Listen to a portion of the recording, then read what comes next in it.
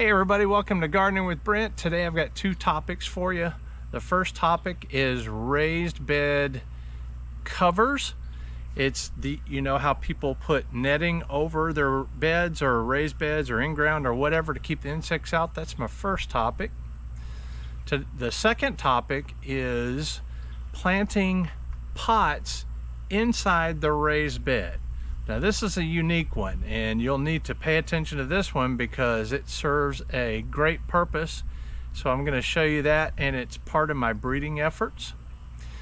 I also have an area I got called Bits and Pieces. Bits and Pieces is simply little snippets of video from little things I do around the place.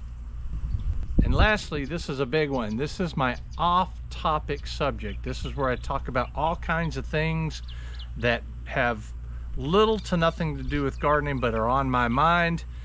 Usually some sort of world event, some sort of politics, that sort of thing. So we're going to get into it today with who you should pick for president this coming November.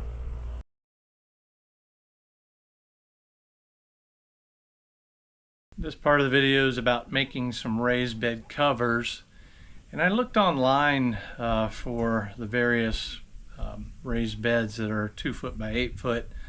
I think Vigo's one, Vijega's the brand that I have, and there are others, and they have some of the covers that are prefabbed, and they are about 150 or more, and I'm like, I just can't pay that. So I'm devising a different way. I'll show you how I'm going to do that. And the purpose of why I'm doing raised bed covers is to keep insects from coming in and pollinating my squash, primarily my bush squash. And so if I put a netting over it, I can plant two different varieties that I'm going to make a hybrid out of in that one raised bed underneath cover, and I don't have to worry about bees getting to it, and I can just hand pollinate it at will instead of trying to come out really early or bag the different flowers to protect them against the insects. So it's also good to have them in case, you know, I want to grow something just to keep insects off of my vegetables that I intend to eat, like especially leafy greens. Anyway, let me show you what I'm going to do, and then it's something I haven't seen, and then we'll build it. These are basically the components. This is 3/8 inch PEX by 50 foot long. Very inexpensive for that amount. It'll be in my Amazon store if you want to look at it, see the pricing and all that. And I had these zip ties already, white, so that they more or less match this. And then I bought this ag fabric here a while back, and it's a quality insect netting. You know, they make a lot of cheap crap out there, but this is a quality fabric, and I bought it, you can even see it's faded, but I bought it a long time ago for something else. I can't even remember what it was for, but ended up not using it until now. I have a pair of PVC cutters that I'll use to cut the PEX with. There's a couple areas that I'll need to bend the PEX a little bit so it's, you know, a good fit and it's not wonky. And then of course I have a tape measure to measure the various things. So yeah, let me get into it, and I'll show you what I'm going to do.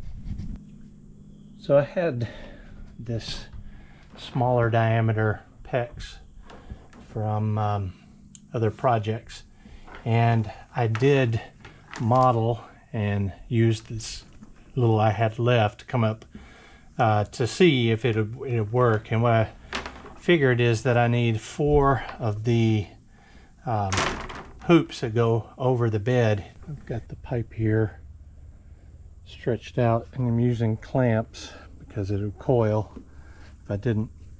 And I made them 92 inches, which is 4 inches shy of 8 foot. All right, I have the skeleton up. This is the frame of the raised bed cover, and the ends here are reinforced. I just took and followed the contour of the rolled PEX here, and I created a stabilization end, and I use zip ties.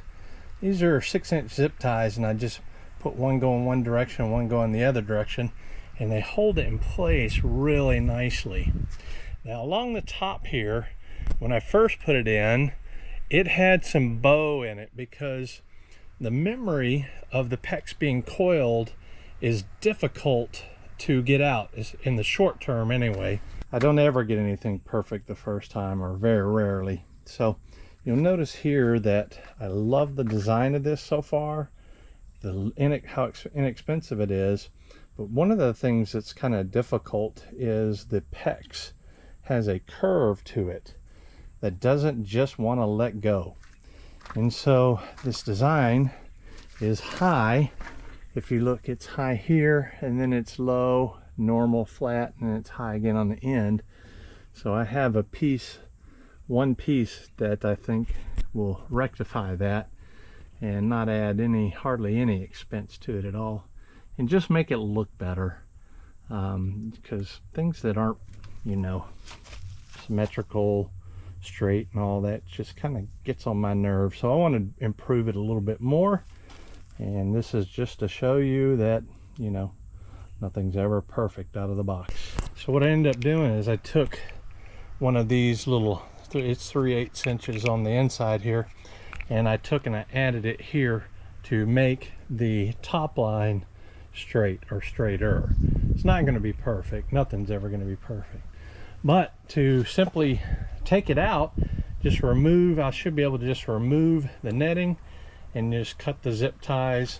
I have a tool here, it's little snippers that I use. I first got them doing microgreen stuff, making kits, but they cut zip ties really easily, and they're inexpensive too. All right, so I know I need to secure the netting to the bones. And the way I'm doing that is with it's called paracord. It's nylon cord, and it's much sturdier than like a tomato twine or like a cotton rope, or even what a lot of times people use for clotheslines, which is I don't know what it's made of, but it's not nylon like this. And I know this will last for a very long time. Plus you can melt the ends. Now I have it tied in a trucker's hitch right here. It's got an overhand loop, and I'll show how to do that trucker's hitch. All right, I'm going to show you the trucker's hitch. It's a great knot for tightening and kind of locking in place. I learned it in the military.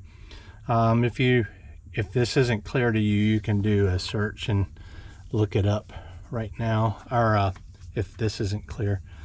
So I've got one end that's tied. I have to kind of hold on to this, and an overhand to make a loop. And then the opposite end, you follow it all the way around, you carry it into this loop here, and you pull it. I have to do it to keep like this, to keep the line from falling downwards. So it looks like this. Now you've got the ability to put tension on it I hold the knot here and I pull it tight like this, and then I'll hold it with my finger and my thumb like this, and then I take the end here and I make a loop back underneath it just like this, and I pull it to the knot, and that's all there is to it. Now you can lock it in place further by making another loop. You can also, if you hold it here, you can not loosen it, but it'll pull the loop smaller and the tail will be longer. And you can make another, the same loop, and go over it like that, and that creates these two loops here, but it still pulls out. Pull the tail, it pulls out, pull the tail, it pulls out. So that's all there is to a loop. Again, tight, finger and thumb, put the loop back through, pull it to the knot or the loop here, pull it back, and that's all there is to it. That'll hold in place with this nylon rope especially really good. I use this knot constantly around here. So on the other side, Here, I'll carry it around here. On the other side here, you can see that it's loose right now. This is loose, but it's underneath where the in and out of the corrugated metal of the raised bed is. That way it can catch here and not come out. And then additionally, I've got the stainless steel, well, they're clothesline hooks or clothespins, if you will, but they're stainless steel. So I put one on that. When I tighten it down, what that does, it just keeps it from coming up easier or better. So I laid one 10-foot piece out, and it comes to about halfway. So I'm gonna finish wrapping this up, this netting. And let me show you how I did the netting too, right here, and then I'll bring you back. Right after I pulled the netting across the frame, I took note and made a small cut. Because of the way the bed is circular and all that kind of stuff, if I would have cut it while it was on the bed, this thing would be all over the place, incorrect. So I made a small cut of what the length should be, and I'm going to use the folds in the cloth as a guide to make this cut here. So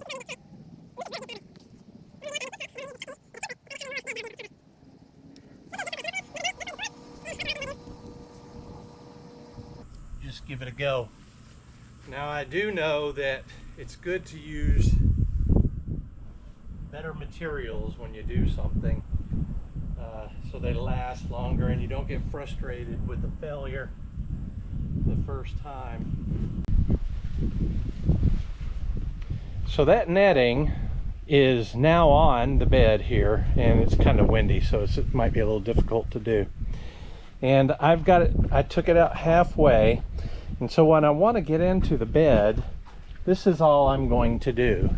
I'm going to lift it up, and I'm going to secure it to the top of the arbor trellis.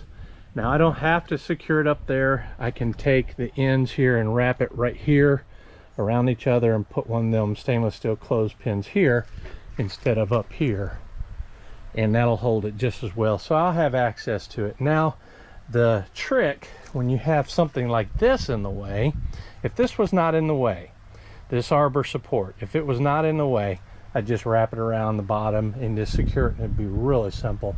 But since it's in the way, I've got to do a little bit of special wrapping. So I'm going to do that, and I'll show you what it looks like.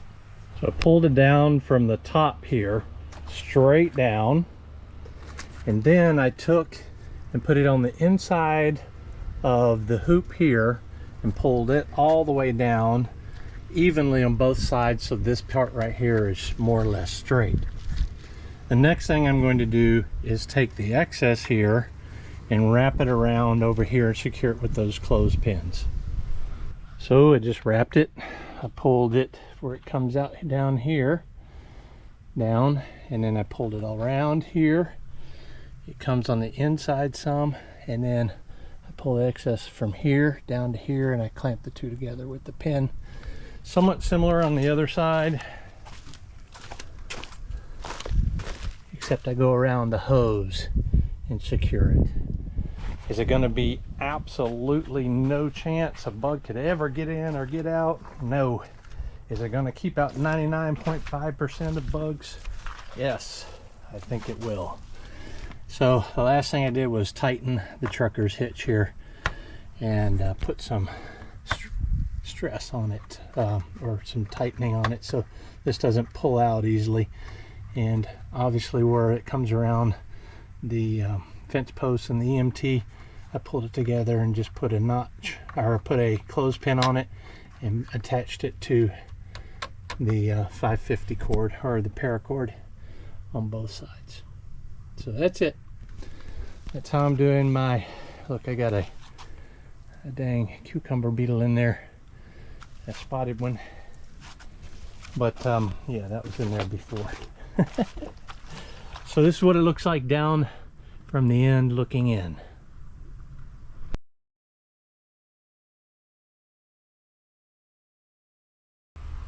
What I've got going on here is a regrow of Madison's Cross. Now, I started Madison's Cross about 10 years ago. I think it was 2014. And I crossed various squash to get eventually to Madison's Cross. Well, this is another generation going way back to 8 years, which was a couple years after it first started. And the reason why I'm growing more of the beginning of Madison's Cross is I want to make selections yet again and follow a similar path to the same one I did for Madison's Cross. The reason why I'm doing that is to create a highly inbred line, just like Madison's Cross is, otherwise known as open pollinated. And then if I cross those two together, they will be genetically similar but still present with hybrid vigor. So that's the point of what I'm growing here. I've got 32 of these little plants, and the way I'm going to grow them, because it's the first week of September, is going to be different. I'm not going to plant them directly in the bed. I'm going to plant them in this 3/4 gallon pots here. And I'm going to take the soil out of the raised bed, put it in here, and then where I took the soil out, I'm going to place the pot in until it's right about here or so. And what'll happen is the soil will wick moisture from the bed and provide the amount of nutrient and water and everything that the squash needs, and still allow me to pluck these, just lift them out, if I find a selection of pre-Madison's Cross, I guess we'll call it that, this regrow here, that I need to carry into the winter.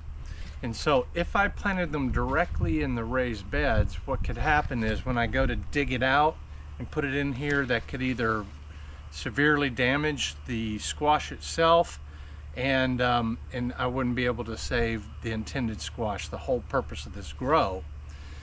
And so I think that will be a valuable thing, is to plant them in these pots, and I can actually grow the entire squash in a pot and just set it just anywhere. As long as I keep it watered and has plant food, it'll grow to a pretty good size and produce fruit.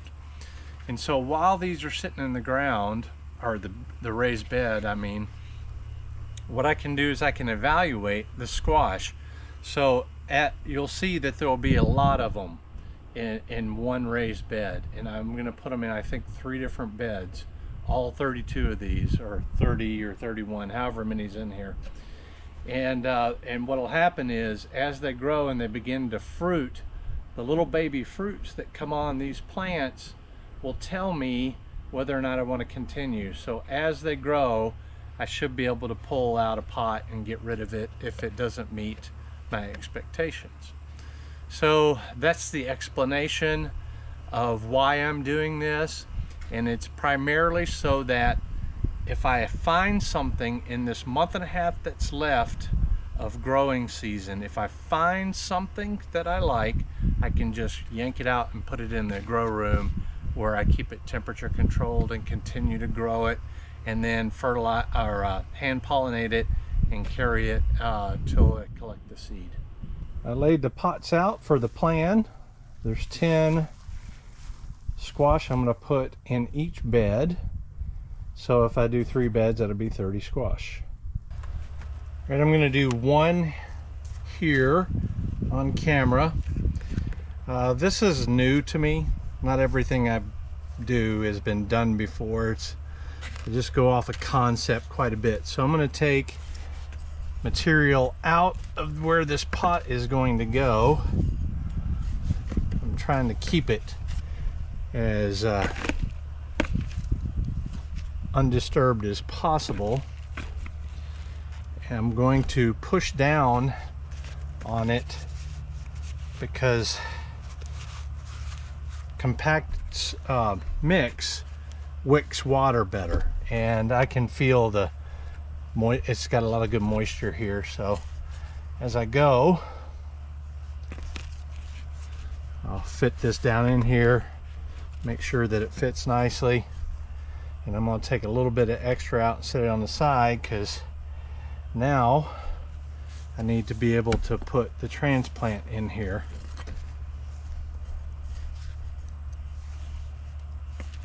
And then put the mix around it. Okay, that's about where I want it. Leaves about this much of the pot above the ground. That way, if it's one I want, I can just take here and grab it and lift it up. Now there's going to be roots coming out of the bottom here. That mix, the holes here, is what allows the wicking, moisture and whatnot. Of course, I'll be watching to make sure it doesn't dry out. But it also is going to let roots come through into the bed below. But if the majority of roots are in the pot, it won't kill the plant off. So I'll put it here, and then we'll take this out, this transplant, and we'll put it right in the middle. This transplant's a little immature, but I want to go ahead and get this stuff going.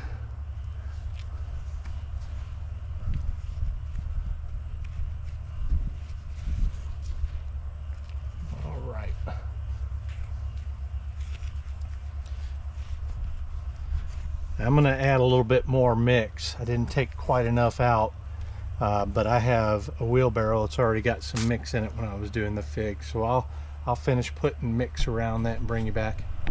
There you go, one down and 9 more in this bed. I've got 10 done in that bed.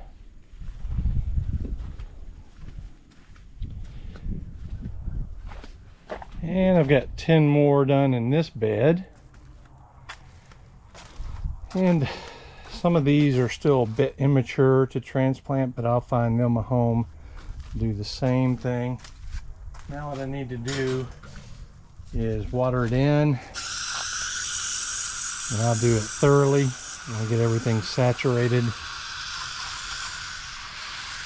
and so I won't sit here and water for 10 minutes and waste your time. But yeah, I'll do this with this one and with the other bed, and we'll get off to a good start, and we'll see how they do. Of course, as the updates come along, I'll bring you back and show you what they look like, and hopefully I'll have a good selection to carry into the grow room over winter to save seed.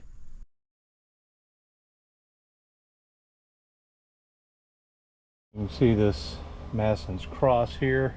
Got some fruit that are about ready to harvest, but I have it supported here with the tomato clips and the wire that goes up to the top of the arbor trellis.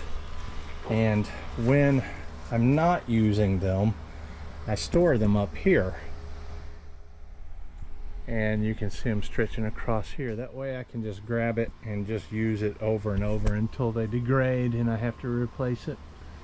But yeah, these trellises offer a great storage area when plants aren't growing and even while they're growing. The spotted cucumber beetle is a serious pain in my ass for this year. Let me see if I can get my hand underneath there to focus it some more on that little bastard. So it's not so much that one of them does a whole lot, but you put a ton of them together, and knowing the fact that they spread disease like crazy, they'll spread it from plant to plant to plant, and their numbers are so high I have to eradicate them at a certain level. It's been a couple weeks since I've sprayed, but I do spray with cyfluthrin, I think is what it's called. It's pretty not harmless, but to people, and the pre-harvest interval is pretty short. It's either none or a day before you're not supposed to harvest after spraying. Anyway, yeah, spotted cucumber beetles. I've even seen some striped ones out the lazy garden out there. This is my squash. It's just one of the beds I'm using as an example, but if you look between, you can see some of these little weeds.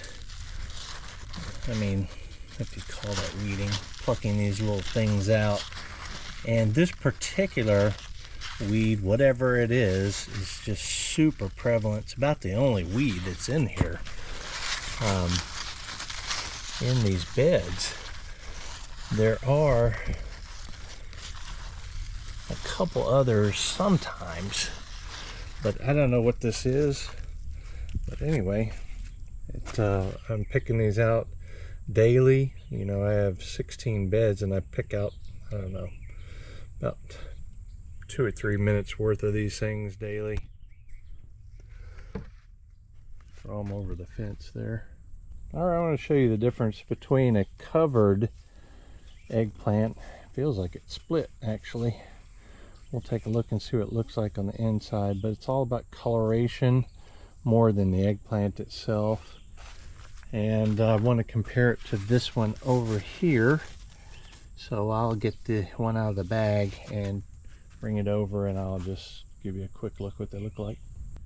These two eggplants are the exact same variety.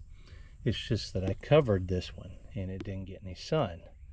This is what happens when it gets sun. It gets this really dark, rich color like this.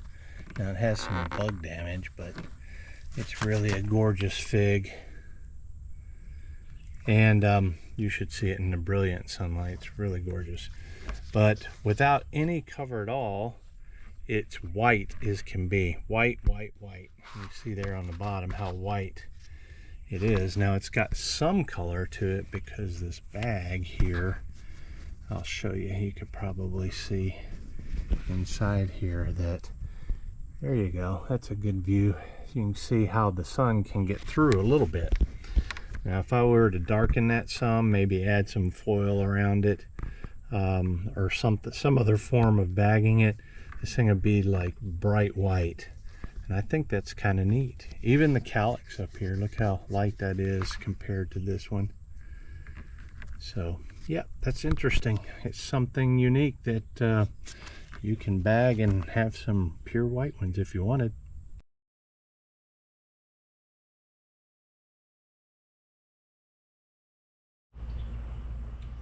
So who should you pick for president this coming November? It's very simple, and I'm seeing a disturbing trend, a really disturbing trend that I think is counterproductive. I'm going to start out by saying 2 names for you, and I'm going to let you think about it for a second. The first one is Donald Trump. Donald Trump. The second one is Kamala Harris. Kamala Harris. Think about it for a second. All right, that's long enough. So when I said those names to you, what come up in your thought process? When I said those 2 names, just the names alone, what'd you think about? Well, what I see a lot is an emotional reaction, And emotions drive some really unusual behaviors in people. It can be super counterproductive. It causes people to kill, to fight, to just trash talk, to curse. Emotions are really something that can be super counterproductive, especially when you're picking the top person to run the greatest nation on the earth and sets the pace for all other nations, protective and global stability, all of that. It's all part of the United States' top position, primarily. I know some of you overseas think differently, but mostly it's us, and you know it. So emotional can be counterproductive, like I said. So what are some things you can do to focus away from the emotional complexity of making a selection? And that's what I want to talk about today. So these 2 names I just told you, they should not be sparking any kind of emotion, more or less. I mean, some, of course. I have my opinion on who I'm going to choose. I may tell you at the end of this, I'm not sure. It doesn't really matter. And for the record, I'm an independent. I'm more or less middle of the road on most things. So Kamala Harris and Donald Trump have records. And what I mean by that is you can look up what they have done in the past. Donald Trump was president for 4 years. Kamala Harris is vice president now and for almost the last 4 years. Not to mention they have stuff from the past too. Now both of them have done inappropriate stuff. And that's what causes all the emotion, I think, that generates, perpetuated by cable news, okay? And that emotion is perpetuated by cable news. And whether you're watching Fox or all the other liberals, whether it be MSNBC, CNN, CBS, NBC, all of the others that basically comprise about the same weight as Fox News, that is a lot of propaganda. Not all of it, but it's a lot of propaganda, and they're stirring the pot of emotion that's detracting away from making logical decisions. So what you have to try to do is weed through that and make selections. And the first part you can do to do that is look at their records. What did they say they were going to do? And what did they do when they came into office? Both of them have history prior to being president and vice president as well. So you have those records you can go back and look at. That is a lot of stuff. And what you have to try to do is think. I'm going to tap the back of the screen here because the little viewer I'm watching isn't coming through. So, like I said, they have records. Now we're getting really close to election time. In fact, a lot of voting has already started, early voting. And so these candidates are going to promise things that are based on what's going on right now because they're both going to do whatever it takes to win. That is the truth. That is the truth. So you have to balance what they say now versus what they said in the past. And the most important thing is, did they do what they said they were going to do? Okay, that's very, very important now, okay? I mean, you can pick a candidate based off of emotion and hope that they're going to do what they said they're going to do now and that they're not lying to you, or that they don't, quote unquote, well, I got into office and I saw some things and then, you know, I decided not to go with what I said I was going to do. So you have to evaluate their past records and the probability if they're going to do what they say they're going to do based on what they've actually done in the past. That's very important. Okay, so what are they telling us they're going to do now? And that's very important. Is it the same stuff they said they're going to do in the past? Is it the same stuff they say they're going to do in the past? Okay? Consistency is key to doing what we elect them to do. Because right now they're telling you something, and we're going to pick them based on what they're telling us for the most part. So it's best to have a candidate that does what they say they're going to do, because they're taking we the people and our trust going into office, because they work for us to do what they say they're going to do. So you have to think about that. Which candidate is going to do what they say they're going to do the most? And so what can help there is if when they're talking, now they should be out talking, they should be interviewing, they are applying for a job. They work for us. They are applying for a job. So they should be able to tell you not only what they're going to do, they should be able to outline exactly how they're going to do it. And it should be very thorough. It should include not just constantly talking about it, but also there should be thorough written, a website. Well, that's mostly it nowadays, is a website. So these candidates, Harris and Trump, they need to outline how they're going to do it. Because if they don't know, that means if you vote for them and they're not telling you how they're going to do it, you're hoping they're going to do something that aligns with, generally speaking, what they say they're going to do. But if they have plans, and if you look at their past and they meet the plans of the things they said they were going to do in the past, that's a key indicator. And these are things that you can do to remove the emotion. Get clinical about it. I mean clinical, because when you're at home at night and you're sitting at the table and you're talking to your spouse and you're saying, what is going to better my future and the future of the United States? Okay, that is the important thing. Is it the economy, how much prices are these days? Is it the world stage and the conflicts that's going all over the place? Is it legality and illegality of our laws? Are the laws being upheld? Are they being broken? How safe do you feel today? And so, like I said, they both have records.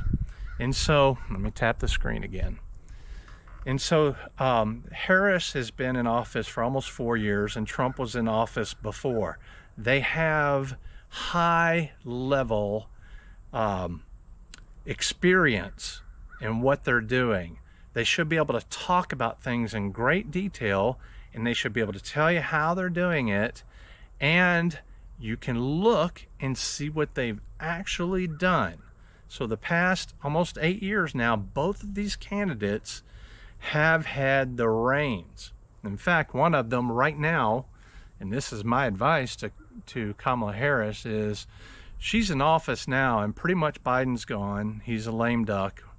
And what that means is he's basically not affecting anything anymore. He chose Kamala as his successor, whether it was tossed out or he chose to get out, whatever the case may be. But right now, Kamala Harris has a month and a half and she can do stuff. She could say, Joe, look, I'm about to take over in a month and a half and I want to start to get some stuff done. I want to show the people I mean what I say I'm doing it. So she has that bully pulpit and that ability to actually get things done. She could talk to Joe and like, hey, look, can we do this executive order? Joe could say, hey, I did this and Kamala came up with a great idea and this is what we're going to do with this executive order until we get into office and all that kind of stuff. So she has the ability to affect change right now. So she has an advantage that Donald Trump does not have. All he can say is, I did it before and I'm going to do it again. And whether or not you believe that is you know, your opinion and your thoughts, and they're all justified. So as you probably guessed by now, I'm not going to tell you who to vote for. That is not my place to tell you, because voting is one of the most important rights, because it sets the tone for everything else.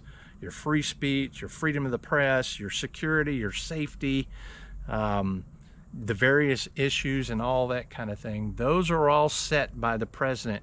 And how we get to that point of having them set everything so we feel the best about our choice is all on them. And before that, it's on you. It's on you. So I'm asking that folks consider not to be emotional. Get more logical. Now these candidates, let's talk about some things they've said and done a little bit. They've both been inappropriate. The records are there. They've said things are misogynist. They've done things to, you know, get up the ladder or suppress workers or whatever the case may be. There's tons of crap on both sides. But I'm here to tell you, there's tons of crap that I've done. Okay, so if you see me doing something and you hear me saying something, it is better to watch what I actually do than what I say because, well, there's lots of reasons. I might not be able to express myself clearly. I might be saying it because someone's watching me and I'm trying to be cool. There's all kinds of reasons why people say and do something. I might be saying it just to get elected. You know, there's all kinds of things. So, yes, they're both flawed. Every single person is flawed. And in fact, in 4 years, at least one of these will no longer be around forever and ever. But I guarantee you one thing, whoever takes the place of either one, if they change in 4 years, this same shit is going to happen again. The media is going to get you all kinds of stoked up and emotional again because they're on board with a candidate, either candidate. And they're trying to get them elected. And they have special interests as well because they get ratings, they get money, they get special interviews, they get access. And we won't even get into Hollywood and all the ultra rich people that aren't even affected by anything I'm telling you. They don't care. They really don't care because they're not affected one way or the other. Let me tap the screen. And so it's up to us, the little people, to get smart because we hold the power. And the way to do that is take the emotion out, realize that both people are flawed, realize that democracy is not going to end. Either candidate, democracy will not end. The choice, whether you're a Harris supporter or a Trump supporter, the people who vote for them are not ending democracy. We all, more or less, want this country, the high majority want this country to do well, and we all want to feel all those great things, have low prices, safety, security, world stage, feel safe, all that stuff that I've said already. We all want to feel that. And so we need to select people not based on emotion, but based on what they call kitchen table issues. And so that's the primary reason why I want to do this. I'm not going to tell you how to vote. You know why? Because I don't want you to tell me how to vote. I don't want you to tell me that I'm a scumbag because I want to vote a certain way. I'm not going to tell you that. It is our right to choose who we want to vote for. Now, would I prefer you vote one way or the other? Yeah, everybody does, right? And the last thing I want to say is find other news sources. Get out of your echo chamber. And an echo chamber, if you don't know what that is, that's just when you hang around with people because they think like you do. Okay? It is not healthy to only be around people that think like you do, because if they go off a bridge or go off a cliff, you're likely to follow them because you think that they are like you. So you're going to go off that cliff. That's not literally, of course. So if you're this is especially true for echo chambers if you are a one-issue voter.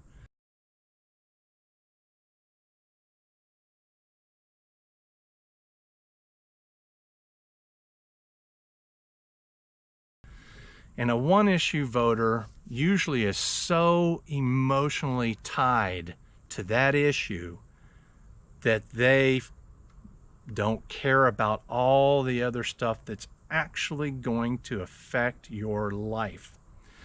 So the thing I'm going to tell you about one-issue voters, if that's what you want to do, fine.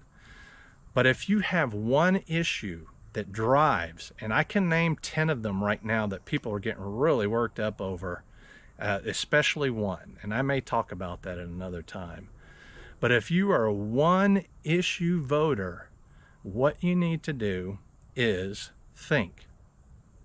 Is that one issue capable of being resolved by a person that serves 4 years as president? And that president has the checks and balances of the other two branches of government. They have the check balance of Congress, both the Senate and the House, and they have the check balance of the Supreme Court. If you're a one-issue voter, you have to consider that.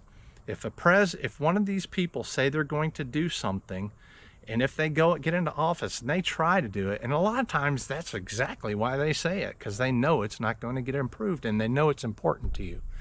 So they go into office, they say they're going to do this, and they say, I'm going to do this. And so they try an executive order. And that executive order is then challenged. The House says, I'm not giving you money for that. You're not going to pass that.